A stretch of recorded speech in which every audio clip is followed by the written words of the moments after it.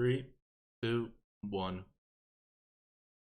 Welcome to the Lightforge. This is Adwukta. This is Merps. Hope you guys are having fun with the dual class arenas.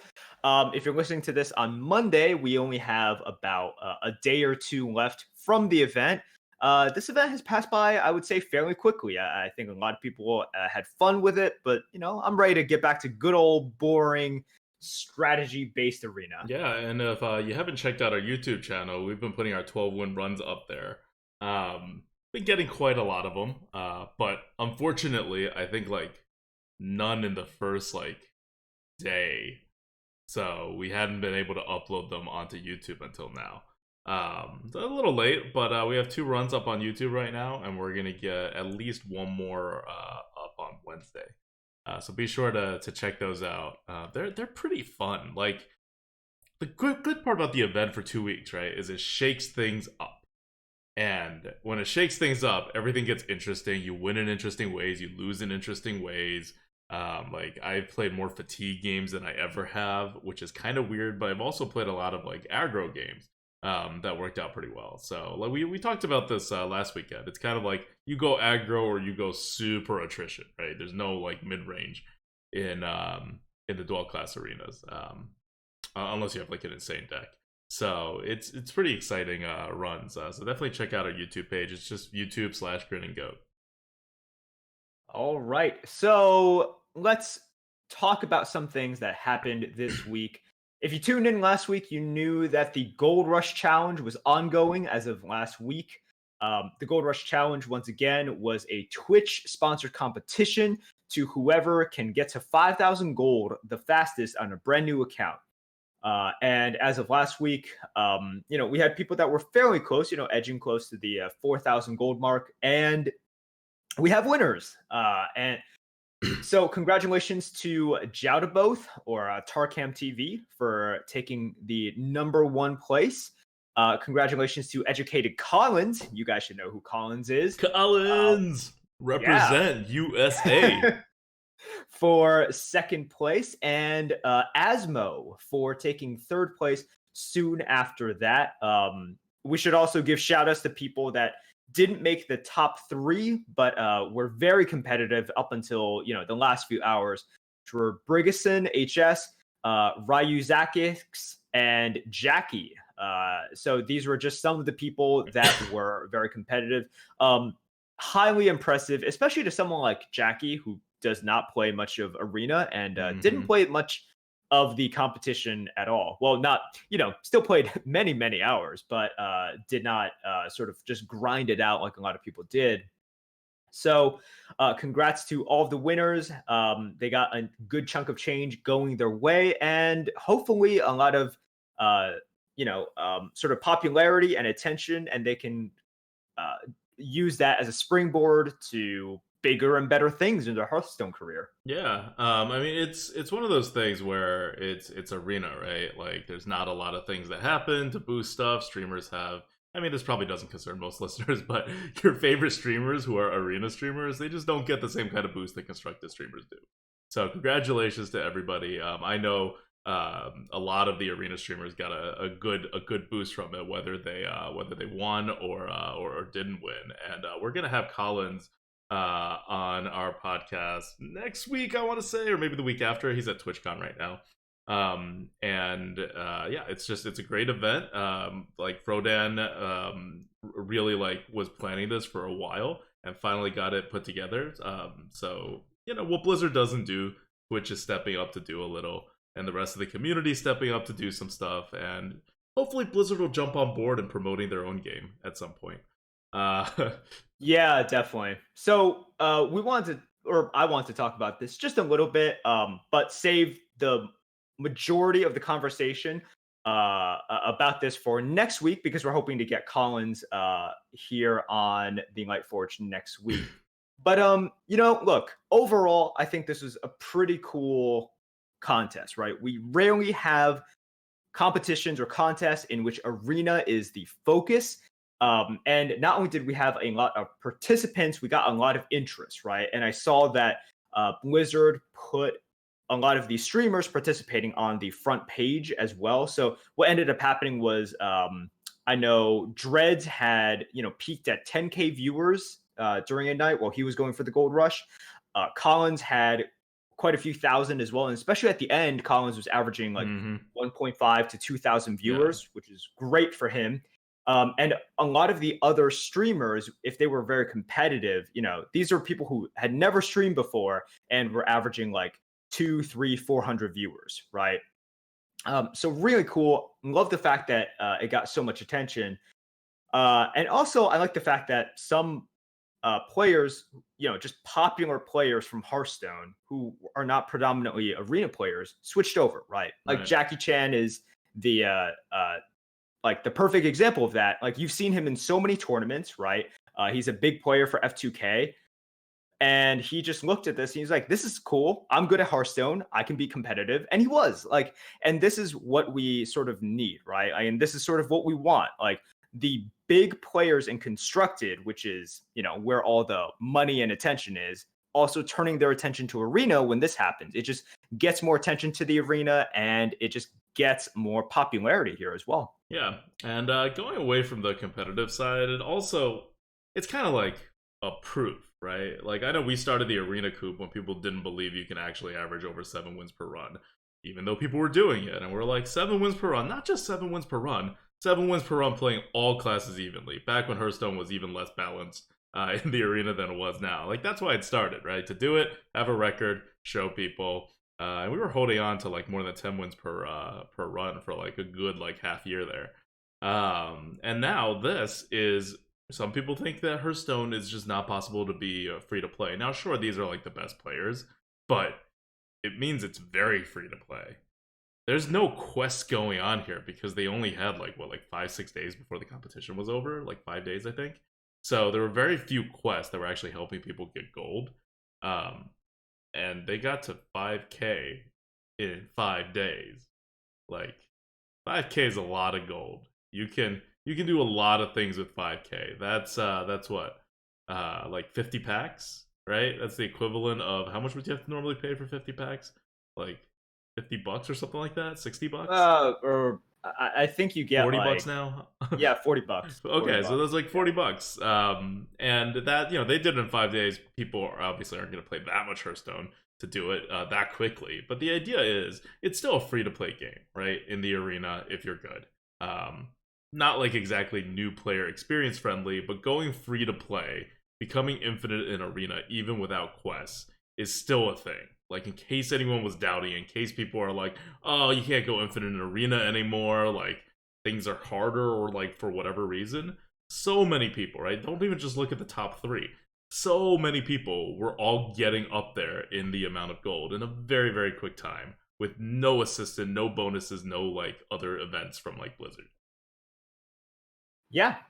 So very happy with this event. At the same time, there is still a lot of room for improvement, right? A lot of people complained about the fact that the event required grinding. If you had a job or if you like to sleep or do anything else, it kind of That's how it was sure structured, though. Like, that's how it was structured from the very beginning, right? Like, we were consulted on this, and we're like, yeah, so this is the time that it will take for someone to reach this amount of gold in the Arena, but, like, you're gonna kill people, and, like, this is, like, not something we would ever be able to participate in by a long shot. And Fronand's like, yeah, that's kind of what they were going for the big event, right?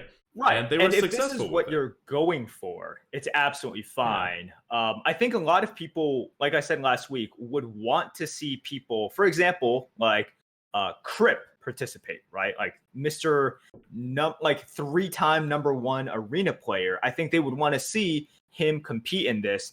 And it would take like this, when the format comes out, immediately take someone like him out of it, right? It immediately takes some of the other very popular streamers out of it as well. Like, I don't know, let's say, for example, I don't know Amaz's schedule, but I don't think Amaz can just stream like 12, 14 hours a day straight and just not do anything else. It's not profitable for him, and I think he has other things in his life as well. But people would want to see these big streamers do something like this. Also, I'm a little bit greedy. I want to take part in this, and neither of us could do it. So this is something which, going into the future, we hope that it's not so grind intensive. But important thing is to just get an event done. Yeah. I mean, right now this is just like first event, get it done. But like we're not gonna be able to participate in anything unless it's a very short time duration. Like it's like the only way we get involved is if something's like, okay, there's X number of hours you have to do this, or it's like X number of hours per week, or X number of hours per night, and you're just like capped, and everyone's capped at the same thing.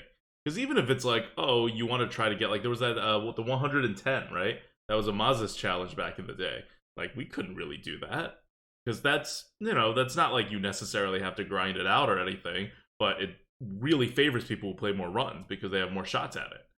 Like, we wouldn't go into that competition. It's just unfair for us. It's a different thing. But you would have to structure something that's very structured. Like, this is a stream. You can start at one point, you end at one point. It's these days. And I think that would be interesting as well to get, but it would take a lot more organization. The good part about this is that, and this is why it was done this way, right? It requires the least amount of oversight. And ultimately, it did require some oversight because people were like actually killing themselves. And it was getting to unhealthy things that Twitch is like, hey, we're stopping your streams because we don't want like a lawsuit on our hands. Yep. So, look. The event is over. We have winners. We got a lot of excitement.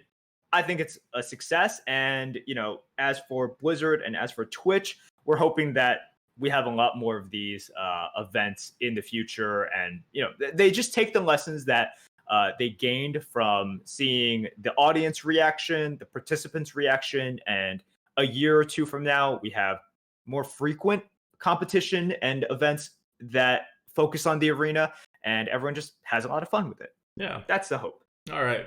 Moving on from this, which, again, we'll talk more about whenever Collins comes on, either the next Lightforge or the one after that. Let's talk about Boomsday. Not like regular Boomsday, which you're going to return to in a couple days into that meta, which is fine and all. But we're going to get the next expansion announcement next week because that's BlizzCon. This is like the one time in the entire year where we absolutely know when the reveal of the next expansion is going to happen. It's going to happen on Thursday night. Because it's going to happen then, this is a good time to talk about what the meta is, what Blizzard's been doing to the game, and what we may want to see. So before we get into like arena formats and arena specifics about buckets and things like that, let's just talk about Boomsday cards, right? Like, I know the constructed community is not exactly happy with these Boomsday cards because there's very few of them that are actually making it into constructed level decks. And we said this when Boomsday was coming out, and Witchwood was actually the same way. Witchwood just kind of had larger impact on the constructed side because of the legendaries. But in terms of the non-legendaries, both Witchwood and Boomsday were very, very muted. Like, we commented it on Witchwood, but we said it again in Boomsday. Like, what are the best cards in Boomsday, right? Like, outside of legendary cards? It's like mechanical whelps and replicating menaces. Like Microtech Controller. Like, very normal, super vanilla. You wouldn't think twice about it. Like, if you're playing one of these cards, you wouldn't even necessarily think about Boomsday. Like, those kinds of cards. That's what was powerful. And there weren't a lot of them in the arena. Yeah, that's kind of it, right? Like, we have the situation where we see a lot of these cards that have big impact on the arena, but they have a big impact because of sort of the way that you see them so often and just sort of how they suddenly shape the meta. But we don't see like Primordial Drakes, right? You don't really have the Primordial Drake level cards, pre-nerf Giggling Inventor notwithstanding.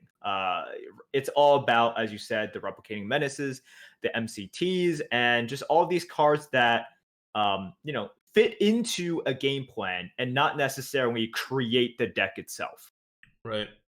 Like, I'm just looking through really quickly right now, right, at like class cards, and I'm gonna try to like find the class cards that actually like made an impact. We have a weird artificial cutoff at like 132, in our tier list scores that make up the highest tier of our cards on the tier list, right? And now Druid has no cards above a 132. By the way, Mechanical Whelp is above a 132. Microtech Controller and Replicating Menace are all like pretty much there.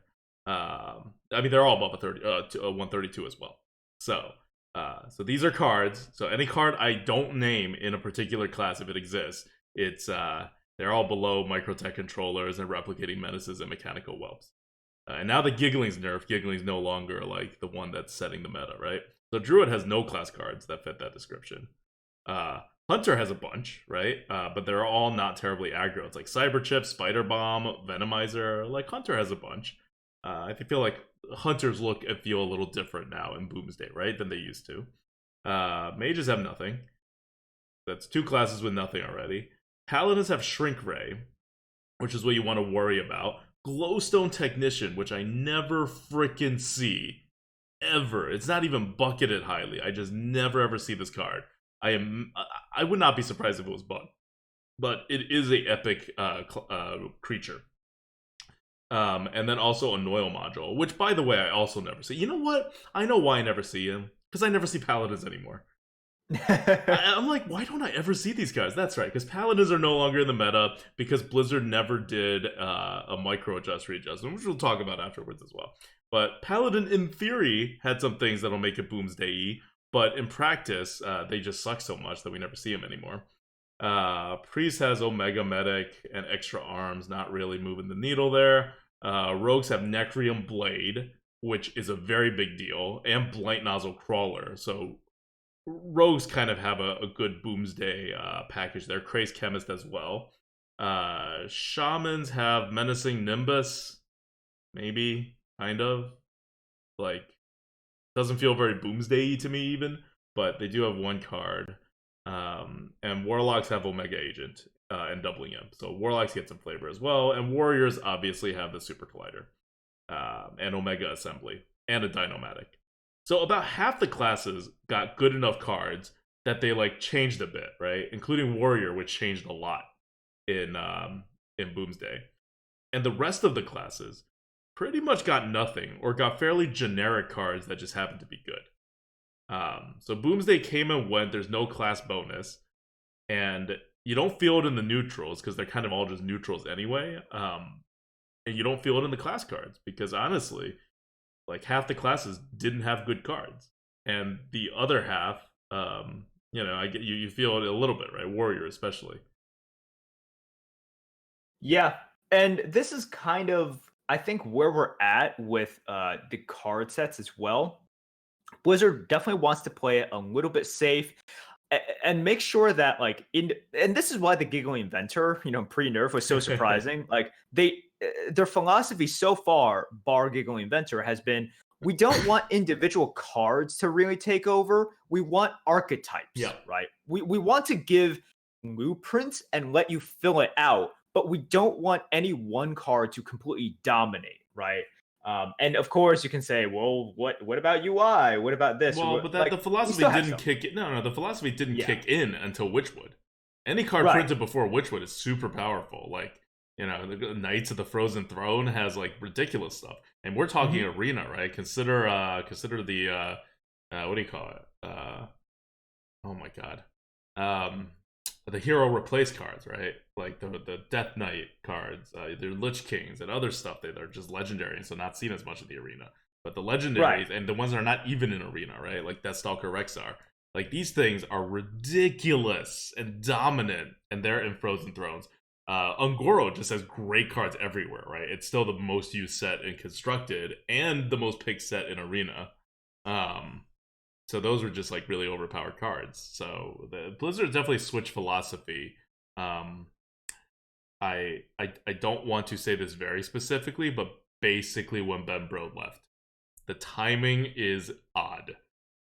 As soon as Ben Brode left, who knows? The craziness got toned down, and I think the balancing team got through a little bit more than the oh my god, this will be so awesome team.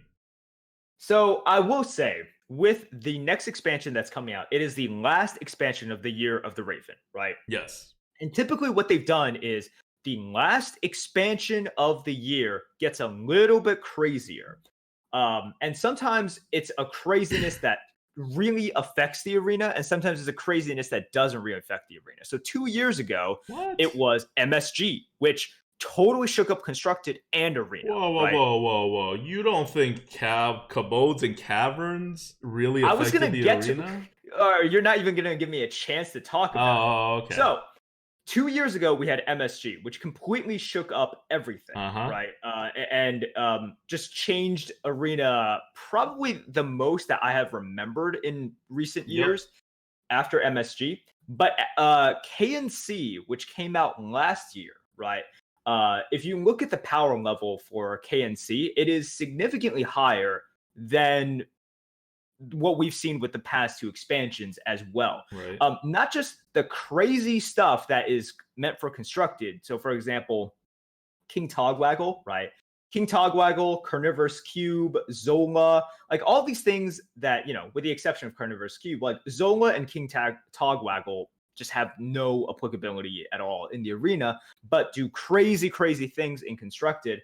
KNC is the expansion that brought us Violet Worm, Basilisk, Fungal Mancer, Wait. Dragon Slayer. Basilisk? Yeah, Stone Skin Basilisk. Wait, really? I thought Yeah. that was Angoro. No, you're just thinking because it's like a beast or a dinosaur or something. No, it's KNC, man. Wait, we didn't have Stoneskin Basilisk until KNC? No, we did not. Oh my god. Remember how it went? It's like we had Angoro, and we were like, "Oh, we have one small poisonous thing," and then we added on the other small poisonous thing. Oh, Gotta my keep up, man. memory, Gotta keep my up. memory's totally shot So, then. I thought Basilisk was Angoro. I know Gastropod's Angoro, but I thought Basilisk was Angoro too. Jeez, I did not realize Basilisk was KNC. So yeah, it's even crazier than I thought. It's crazy, and we have all these staples that you see in the arena right now. Oh, Wasp was Angoro. Yeah, That was the 3-mana Angoro one. I'm like, I swear Poison was everywhere in Angoro. So many good cards and kind of staples of the neutral arena that you see now come from KNC, right? Lone Champion as well, right? Hoarding Dragon, you see that, like Void Ripper. You don't see that very often, but still very powerful. Corrosive Sludge, Curse Disciple, Dragon Slayer, just all these things. Dragon Slayer. Oh. Yeah, Dragon Slayer, Fungal Mancer, Plated Beetle, Shroom Brewer, right? Like the standard good 4 now. It's not Yeti. It's kind of like Shroom Brewer, which is what's good on 4. And then, of course, the kind of the arena big drop, Violet Worm. Yeah. Right? So KNC is, like if you look at the past 2 years, MSG and KNC, these have been the heavy hitters. So even though we have seen Blizzard say, okay, like our philosophy has kind of gone back and forth in recent years, right? It's like, we're crazy. We're not as crazy. We're crazy again. Let's tone it down. We've seen this a little bit. And now, even though it seems like they are definitely trending towards stabilizing the game a little bit, right? Like even with just buckets, like the idea of buckets stabilizes the game a little bit. I think we can, if we just look at history, we should expect some pretty powerful cards in this next expansion. Yeah. So I would disagree that you're saying like Blizzard goes back and forth on the power level. Blizzard's been on a war path when it comes to making cards more powerful. No. That's not what I said at all. I don't know why. Well, they are not inconsistent when it comes to power level. They are inconsistent when it comes to what we want the arena to be. Oh, we want the arena to be. Okay. And they have gone back and forth on that many times. Okay. Yeah, fair. But like when they're releasing cards, they don't really care about arena. Like the cards arena's not factored in when they figure out what the cards are. Arena's right. I'm just saying their decisions when it comes to like, oh, here are the offering rates. Here is sort of like what we want to do with spells. Here's it's like, all right, let's give them lots of spells. Let's pull it back, right? All that stuff. Right. Okay. But back to like what the cards are being released on each set. It's been an escalating power creep that's happened until KNC, and then it drops off a cliff, and we have Witchwood. it's almost like a different balancing team, or at least a different balancing philosophy, took over after KNC. And Witchwood has set the new power level, which Boomsday followed. So it's actually, I think, very, very difficult. I have never had more difficulty predicting the power level of an expansion. The last time I was like a little unclear how powerful the expansion was going to be was KFT, because Boomday was because Ungoro was insane, and you're like, are they gonna follow that, or are they going back to normal? And they followed it. This expansion should be crazy, like you said, right? Because the last two end of the year expansions are a little crazy, and this is going into the holidays, and you got to worry about sales because this is when most things get sold, like period in the Western world. So you want to make things a little bit crazy, but at the same time, you have had this philosophy where I really think Blizzard wants to keep the game more controlled, and they're kind of waiting for the Ungoro stuff to pass away, and they're almost there. They're 2 more expansions away before Ungoro, KFT, Kobolds and Caverns go away forever. And I don't know if they want to risk it by going too crazy on this expansion set. So what I think is going to happen is that this set is going to be a little bit better than what we have from Witchwood and Boomsday, but not anywhere near the levels of even like an Ungoro or a KFT, not to mention like an MSG or a Kobolds and Caverns. Like Catacombs. Caverns. It should be Caverns. Why are there dead people? You need to get it right before. It's alright. You'll just wait until it rotates out. Yeah, I don't understand why they're exploring things with dead people. Catacombs are dead people, right? They're like underground graveyards. Catacomb. Alright, forget it. Let's move on. Caverns are like caves, like they actually show on the pictures. Anyway, Blizzard inconsistencies aside, I think it's... We'll see, right? We'll see. But I would not be surprised if this were not matching the power level of the end of year expansions that we have come to expect. All right. So having said that, this is sort of where we are with the expansions. Where are we kind of with the meta, right? It seems as though Blizzard has kind of settled us into a meta in which, they're trying to, it's not a perfect system, but to tighten up the buckets a little bit. So they're trying to make sure people get kind of drafts that are more equal in value than they were before, than like, let's say a year ago, right? And at the same time, they are trying to make sure that the board should be interacting a lot more. And they've gone back and forth on that a couple of times throughout Arena's history, right? There have been times in which there's like no real board interaction. It's just like response. I feel like that was the entire last year until Boomsday. I mean, yeah, we definitely had that. But now it seems as though Blizzard recognizes that, like, look, for what we haven't constructed, that's fine. But for Arena, this, in sort of every limited format, when you think of, the limited format, you think of like, oh, okay, like it should be board centric. It should be sort of like, oh, I use all of these like weenie, like sort of like mediocre cards, and I obtain victory that way, right? It's like Yetis. It's a win. Arena is the land of the Yetis. Don't freaking displace the Yetis. Well, we have displaced it because you never see Yetis anymore. No. True. You know that's not true anymore. Okay. The Yetis will come back. I trust that the Yetis will come back, and I'll give you a date for when the Yetis come back. Okay. April 2019. All right, April 2019. Got it. Return this is of when the they Yetis. print like a new Yeti, isn't it? Huh? This is when they print like a new Yeti. This is when the statement's going to be made. This will be the first time that they print a card specifically for the Arena, and it's going to be a new Yeti, and it's going to be about the same or slightly better than the old Yeti, and all the Ungoro, all the KFT, all the Kobolds and Caverns cards are going to rotate out, and the Arena meta will be perfect. All right. Buckets will be refined a bit, their micro adjust system, they'll apply more often. I see it. I see the promised land. April 2019. All right. Yeti's glorious comeback. But that's kind of where we are with the meta. We've settled in. It's kind of, like essentially, if you are getting small advantages on turn 1, turn 2, turn 3, you're probably going to keep those advantages and you're probably going to be able to parlay those advantages into a win. And I think that feels good for the majority of players.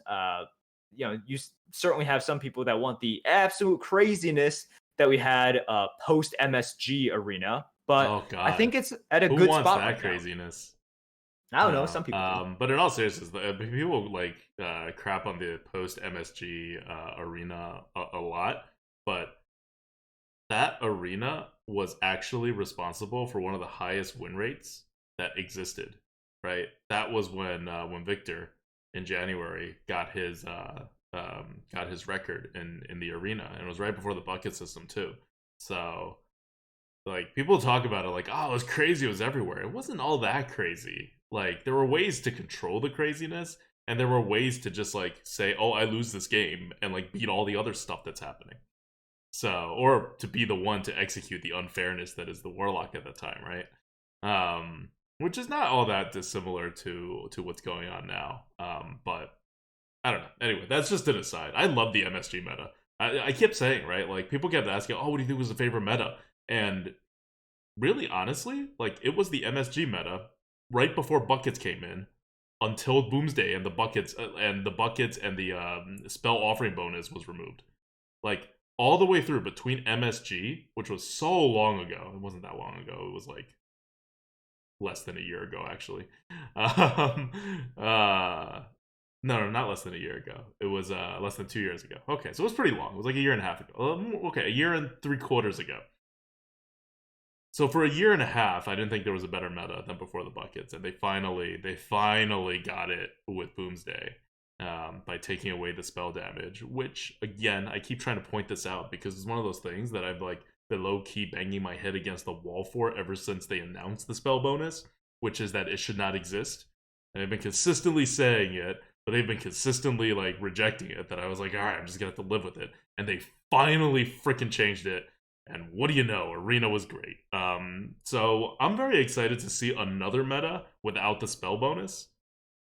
Like we've had one meta so far without a spell bonus, and it was great even though, and I'll remind you of this again also, they did not freaking balance the classes at all, and they didn't do a single rebucketing for 2 months. And it's still Yep. not rebucketed even by any like amount of statistics or pick rates or whatever. Like I still don't know what Blizzard's doing with the buckets here. But despite Blizzard basically just being like, we're going on our August summer vacation, screw you guys, just the fact that there was no spell bonus and that the Boomsday cards were not crazy made for a pretty great meta. The best meta ever, as I've said, at least from my perspective.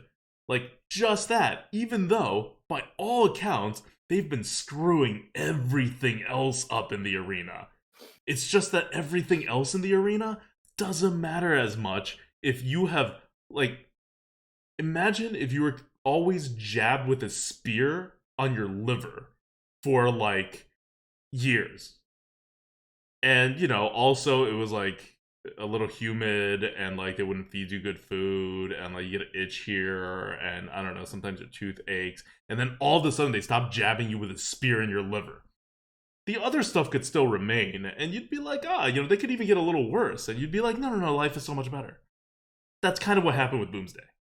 So, now that we're getting used to not being poked with the spear in our liver with this spell bonus, like, we may we may settle into a new degree of what we expect out of Blizzard, you know, like with the buckets, with the class balancing. Things that we kind of just tossed aside, right? And we've been like, oh, it's the best meta ever, even though the classes are unbalanced. Why? Because they didn't balance them. They like didn't even make an effort to. The bucketing happened 2 months after the release, rather than the normal 1 week or 1.5 week that they had been doing before that. And yeah. Anyway, I'm just expressing how happy I am for the Boomsday no spell bonus changes in the offering rates. Okay. What was it? Was the spear poking liver metaphor too much for you? Wasn't that like a? Didn't that happen to Jesus or something? I don't think anyone put a spear to Jesus's liver. No, I think that is actually exactly what happened. That's why I was like, why are we going down this path? Wait, Jesus was stabbed in the liver with a spear? I mean, I don't know my theology too well, Yeah. but I think you're Wait, is talking. this just I think actually you're talking something about random you came up with, and Prometheus. it wasn't like from a religious reference that you heard previously? No, I think you're thinking about Prometheus, who gave fire to mankind from Greek mythology, and then a vulture pecked at his liver as Okay, no, punishment. no, I searched it up right here. No, it's the Holy Lance. The Holy Lance, also known as the Holy Spear, or the Lance of Longinus, according to the Gospel of John, is the lance that pierced the side of Jesus as he hung on the cross. Wait, really? Yeah. I remember I saw paintings about this because I was like really into art history in college, remember? By the way, Hearthstone podcast, BT dubs. But yeah, this is why I was like, huh? Like how do we get to this reference? I Well, remember I it's saw in the paintings. same geographical area. They were either copying the mythology in real life, like the Romans copying it, or they were making the stories very similar. Either way, it's a popular way of torture, apparently. A very popular way. Good to know. Keep that in mind if you're ever torturing someone. Poke with sharp object onto the side where the liver is. Mm-hmm. And we were talking about this when you were over the other day, right? About how your liver grows back. So it's like a good place to keep poking. Today is a very educational day on the Lightforge podcast. All right. So the meta, yes. The Agreed. meta, yeah. How is it? All right, look, I think it's in a good place, obviously, and hopefully what we can do, like, let's take some lessons now into the expansion, right? I was planning on asking, is like, what do you want to see in the next expansion? And number one, we're not good at that kind of stuff. And number two, I don't think it matters so much because, like, it's just, I don't know. I don't want to get all BuzzFeedy about it, right? But I do want to say that, like, all right, let's take some lessons from what happened in the past couple of expansions. Number one, if the power level of cards is somewhat contained, right? Then there is no harm at all in increasing the offering rate of those cards. One Oh, of the yeah, things, that's right. There's no mech bonus. Hello, no, could we please have an offering bonus to this next set? Great point. I didn't even right. think about it. We're never going to see any cards in And this here's the set. thing. So, guys, if they announce that they're like, this is I guess it's from people that either don't pay attention or people that have very short memories.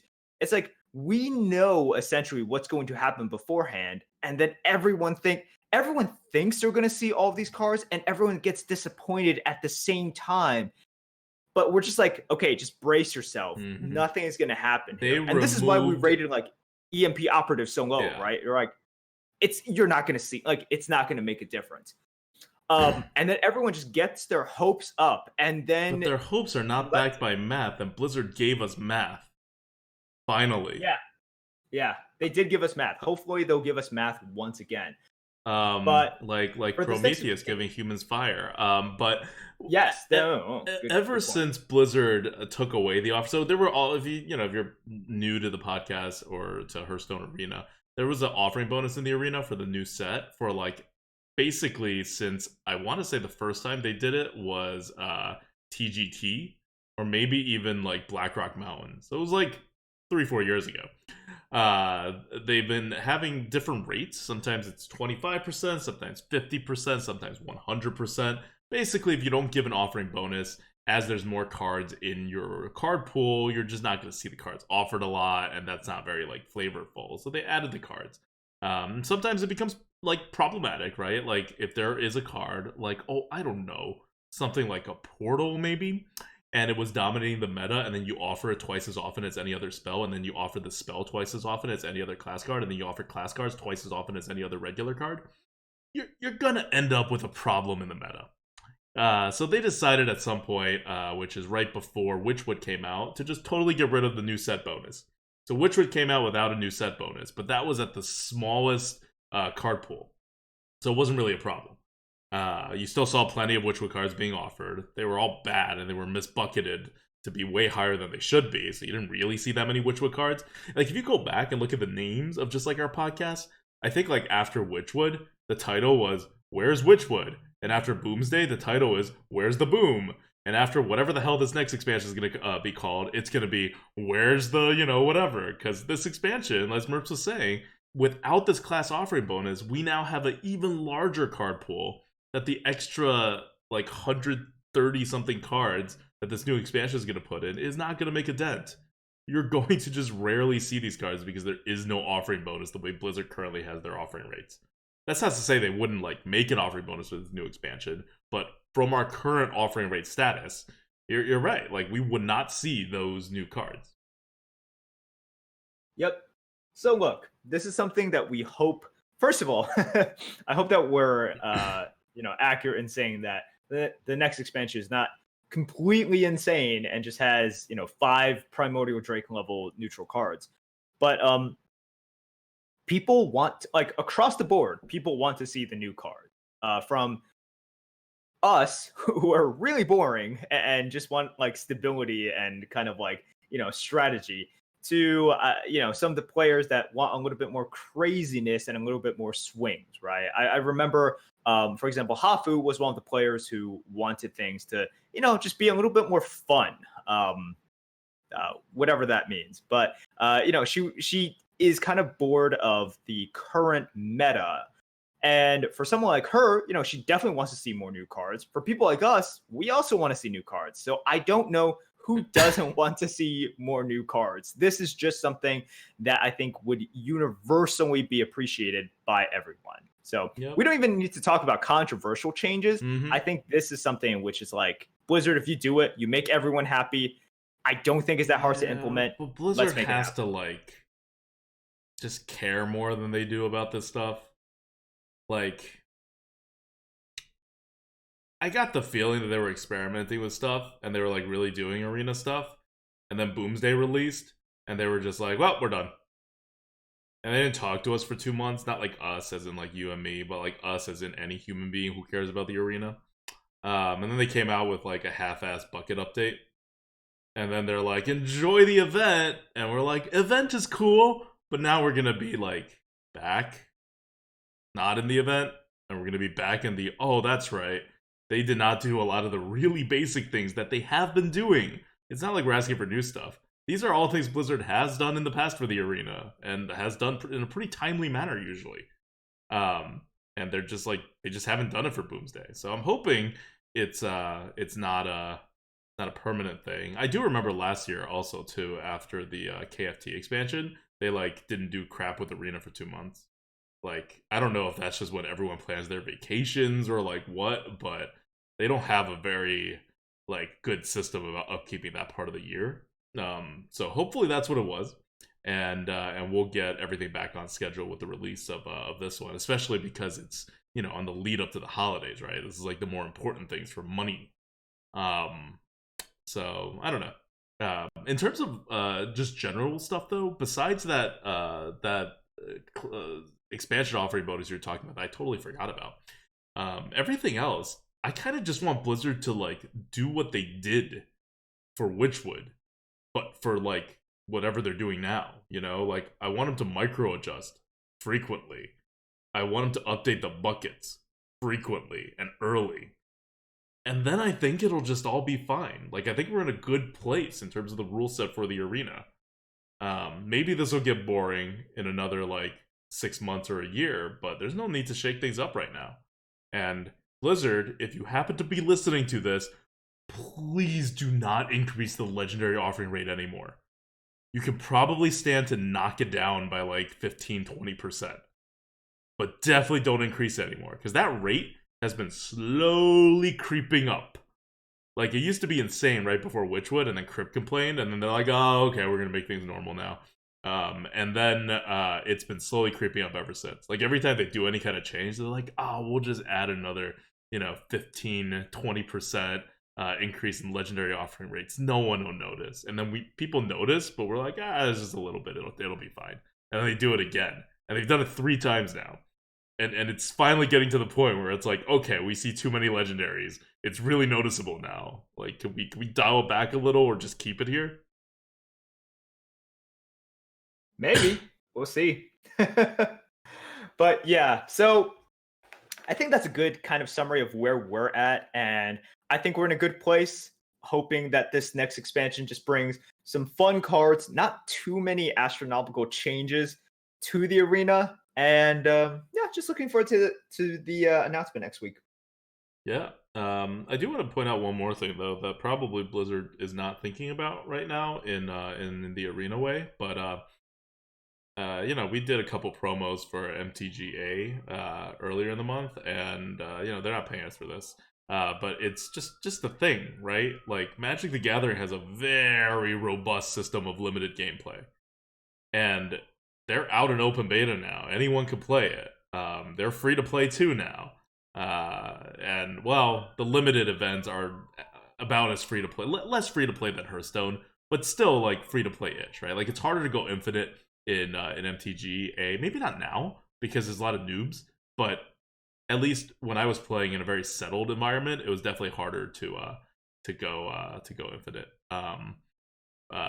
But still though, they very much support their limited formats. They have a lot more resources invested in it than Blizzard, which isn't saying a lot. So let's give a rough number from the top of my head. Magic the Gathering probably has 10,000 times the resources devoted to their limited formats that Hearthstone does. I may be off a little, maybe it's 100,000 times. It's just it's hard to, but you start with such a low number, it's hard to like estimate.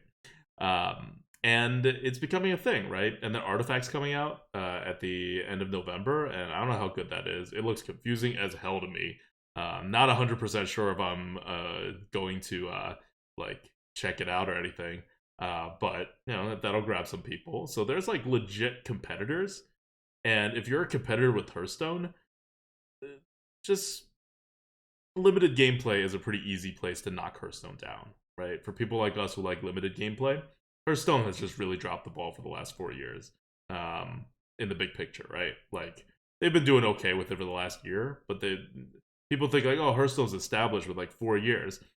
When it comes to the limited format, Hearthstone's basically a new game. Hearthstone basically has been around for like half a year. Like ever since the bucketing system came in. It feels like we're still kind of beta testing out Yeah. the arena, right? Yeah. With I how mean, we much were literally beta yeah. testing out the arena last summer, right? With Yeah, we the were. the what do you call it? Synergy picks. Oh my god. So yeah, and MTG has had a very robust and very well developed limited format that's been around for like 20 years. So Hearthstone can't compete with that. And I don't think they're dealing with it yet, but once the holiday season comes around, if they start seeing their numbers move one way or the other, you may see them actually start to panic and try to do, good things and make the right changes and things like that. But, we'll see. Yeah. All right. Well, that's reflections on Boomsday. On the Boomsday meta. Anything else you want to add? That's it. Okay. I'll make one prediction about, because a lot of people are like, oh, what do you think next expansion is going to be? Like, I don't know anything about Warcraft lore. We have that like image of that they teased that looks like a pool or an ice or whatever in the middle and some rocks on the side, or I don't know what that is. You're better off asking pretty much anyone who knows anything about WoW. But I think mechanically, they definitely have to lean away from tokens. There were just too many tokens in this in Boomsday, and they explored the area, and it's awesome.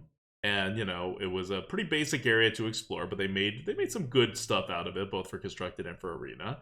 And I would be very surprised if there's a lot of significant card like token generating cards.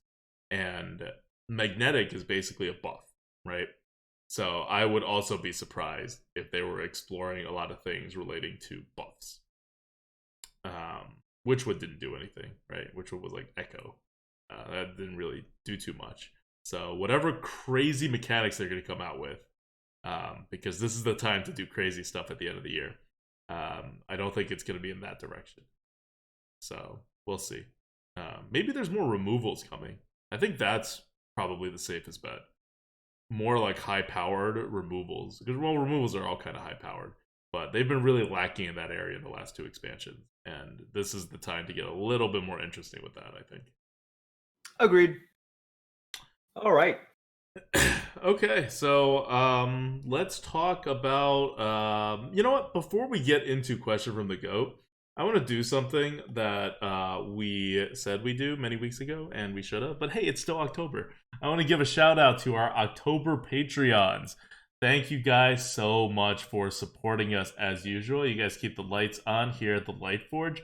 Eric L, RV Night Train, Chef 13, Ingo, Talon, Zaruvi, Afro Ninja TB, Kirby 5 Life, and Trash Bear Bites. Thank you guys so much. It's just I know we're very late on these kinds of shout outs, but Yeah. it's been a busy time. It's been a busy time for a while for us. I'm hoping, I don't know, is it still gonna be busy for you? Yes, even more so. Oh, Merps bought a house, Yeah. by the way. I know. If you guys don't know, like a real like adult house. Oh my gosh, I'm terrified. Yeah, not like a 1 bedroom apartment or a studio, like a house that stands by itself, and there's like a garage for like cars, and like 4 bedrooms for what I'm guessing are potential future children, or just like additional studios for the Lightforge, one or the other. Yeah, I think you also have like what, 3 living rooms now? I don't know. It's a lot of stuff, a lot of life changes. So when you ask like, am I still going to be busy? I'm like, yeah, I'm still going to be busy. Are you kidding me? Uh, Lots of stuff. yeah. Lots and lots of stuff. So congrats, man. And Thank you. Yeah. What do we have for question from the goat today? All right, question from the goat. A little bit of a weird one, but Adukta, you got anything cool to show us? So, a month ago, a little bit over a month ago, we got contacted by a promotional company that works on behalf of Blizzard, and they're like, "Hey, you guys are, you have a podcast, Lightforge podcast, and you guys, are you interested in potentially getting a pop-up book?" And I'm like, "What? I don't understand what one has to do with the other." And they're like, "It's a Hearthstone pop-up book." I'm like, that makes sense, kind of. But we said, yeah, we'll get a Hearthstone pop-up book and look at it and tell our viewers about it. You know, we love Blizzard merch. This one's broken on me already, but if you're watching this on YouTube and not listening, I'm holding the Lightforge key, like a literal. It's hefty. It has like really good weight on it. I promote this whenever I can. It's broken on me because it's a can opener. I've actually been like using it as my primary can opener for like 3 years before it just like chipped away, because I don't think this is actually like meant for like heavy use. But it's a great item, and it's so well made. Thing about Blizzard stuff, it's just they're all so well made. And so we took the pop-up book, and now I'm gonna I'm gonna talk too much about it, but it is freaking immaculate. Like this is like this thing right here. I'm holding up in front of the camera. If you're looking at it, if you're listening, just imagine like a gorgeous pop-up book. It is thick. It's thick. And I'll show you my favorite page. Merps will show you his favorite page too after this. So this is what the pop-up book looks like. Like, if you ever wonder what a game board looks like in Hearthstone, if it existed in reality, like, oh my god. It's a great gift. A little on the expensive side, but it's a great gift if you have someone who likes this kind of stuff. And look, watch. There's a pull tab here. And when you pull it, I've cast Twisting Nether. No, it's pretty sick. Yeah, it's something that we never really thought of, but when Blizzard offered it to us, we're like, yeah, we'll take this. All right, so let me show you guys my favorite page out of this. Like, okay, this thing, when it pops up, it really pops up. Like, oh my gosh, check that out. It's just all the heroes. You know what sucks about that page? What? Anduin. Like, oh, yeah, it just true. reminds me that Anduin exists in the game. Because I had, like, retconned him out of the Hearthstone experience ever since the replacement came out. I don't even know what the replacement's name is. I've just been using her for like the last 3 years. So yeah, this thing is pretty cool. If you or someone else you know is a fan of Hearthstone, this is, I mean, it's a cool gift. It's It's it's a definitely, really cool gift. yeah, it's cool. The funny thing is, I'll show them this thing as well. The funny thing is, so on this Oh page yeah. that has all of the cards, they have, wait, okay, I'm gonna pull this tab. So we have nerfed Leroy Jenkins, right, which is correct, but you have pre-nerfed Mana Worm. So get this book to remember all the good times with Mana Worm. Like, you gotta think how much they had to go through internally, by the way, to nerf Mana Worm. It's so core a part of the basic set in Mage, and it's so much a part of what Hearthstone is remembered for, that it even made it to the freaking pop-up book. Right? Yeah. Like, and they were like, and for stuff like this, like, Blizzard cares so much about like the experience and the whatever and all this other stuff that we care less about. But so from our perspective, it's like, yeah, it was an overpowered card. Oh, they finally nerfed it? Cool. But from their perspective, it must have been like a year's worth of debate before they finally pulled the trigger to open up design space at the cost of, like, all this other stuff. But yeah, like, that's how strongly they felt about it.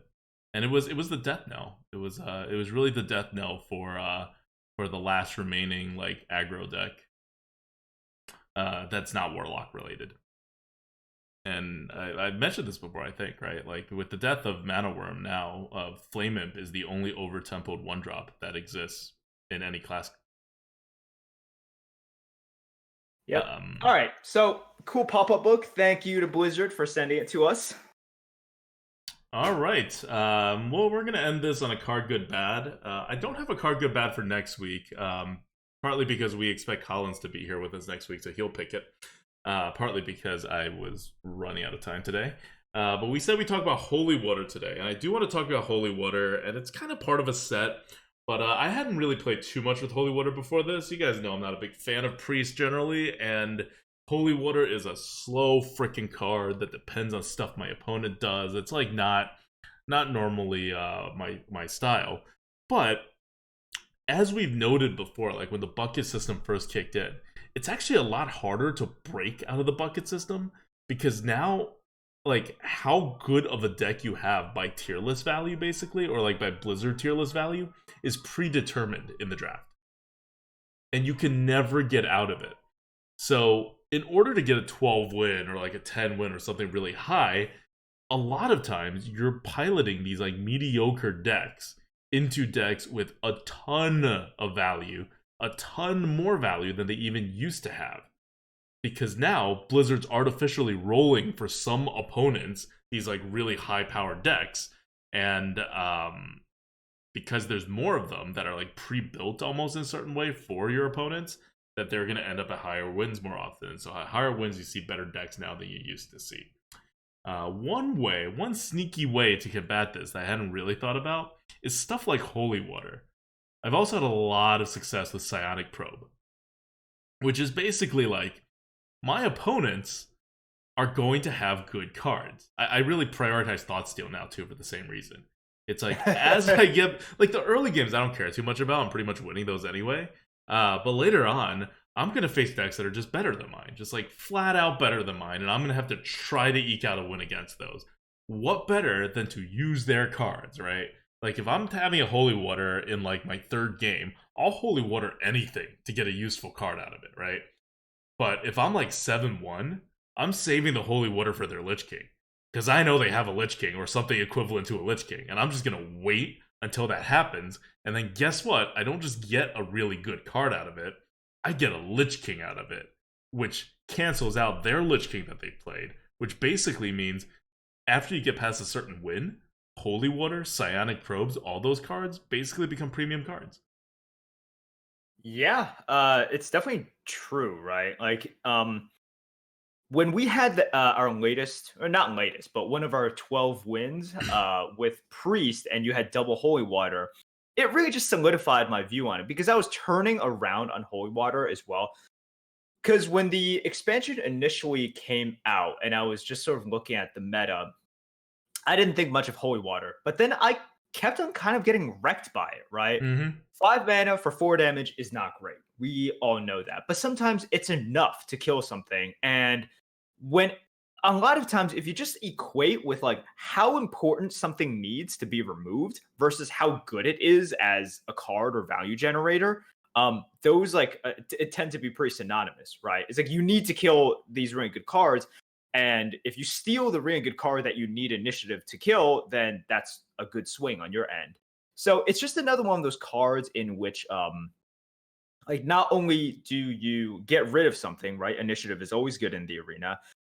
You take this card that is probably extremely valuable, and you're able to plop it down like on the next turn, right? Whether it's Lich King or whether it's just, I don't know, like a green jelly, right? Something that is pretty good. But yeah, like this is a card that I gain a lot of respect for, and it just helps Priest with this like super late game kind of play, right? Because even if you don't have the Lich King in hand, as long as you have the Holy Water and you have the board, it almost doesn't matter what they drop. If they drop that Lich King, if they drop that, Ysera, but you still have a board, you can kill it and you can get your own. So even if they swing back, at least you have the mega powerful minion of your own to swing further back. So yeah, it's a card in which I've gotten wrecked by it too many times, and I've also sort of seen its effect, and I'm like, okay, I get it now. I get it. Like I think I was hating on it a little bit too much because I was like, oh, 5 mana, 4 damage. Blah, don't want that. Yep. This is not a card that reads 5 mana, 4 damage, draw a card. Right? Like No. that's not what this card is. This card is much better than that. And that's where we have to like think about your deck. And the results are actually like striking in terms of how much higher in the wins you go with cards like these in your deck. I really was not giving enough credit to these kinds of cards.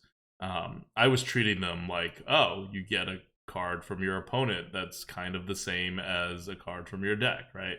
And for Holy Water, it would be like, oh, like a good card from your deck. But it's not a good card from your deck. It's a great card from your opponent's deck. And your opponent's deck is generally better than your deck, assuming you're more than a 3-win per run player. So it has all of these these nice within itself synergy with the format that you're in kind of deals. And it's just really, and this card's been around for a long time. And it really went underappreciated, I think, by both of us until the Boomsday meta. But yeah, see, these are pretty fundamental things, but even if you play the game as much as we have and you analyze the cards as deeply as we do, stuff still slips by, right? Like, because if you talked to me about this like 6 months ago, I would have been like, yeah, I know it has that effect, but it wouldn't have, like, the degree to which that effect matters, I did not appreciate correctly, right, compared to where I am now. Yeah. Okay, so yeah, so like this is not a card that all of a sudden got much better. It's a card that's probably been this good since Witchwood came out and the bucket system came out, and we've just in the last couple months been turned on to it. So we're a few months late on it. But yeah, anything else you want to add? That is it. All right, so big announcement next week. Enjoy the last days of Dual Class Arena, and that's it, guys. Hopefully you've enjoyed the event so far. See you guys until next week. This is Adwikta. This is Merps. Bye.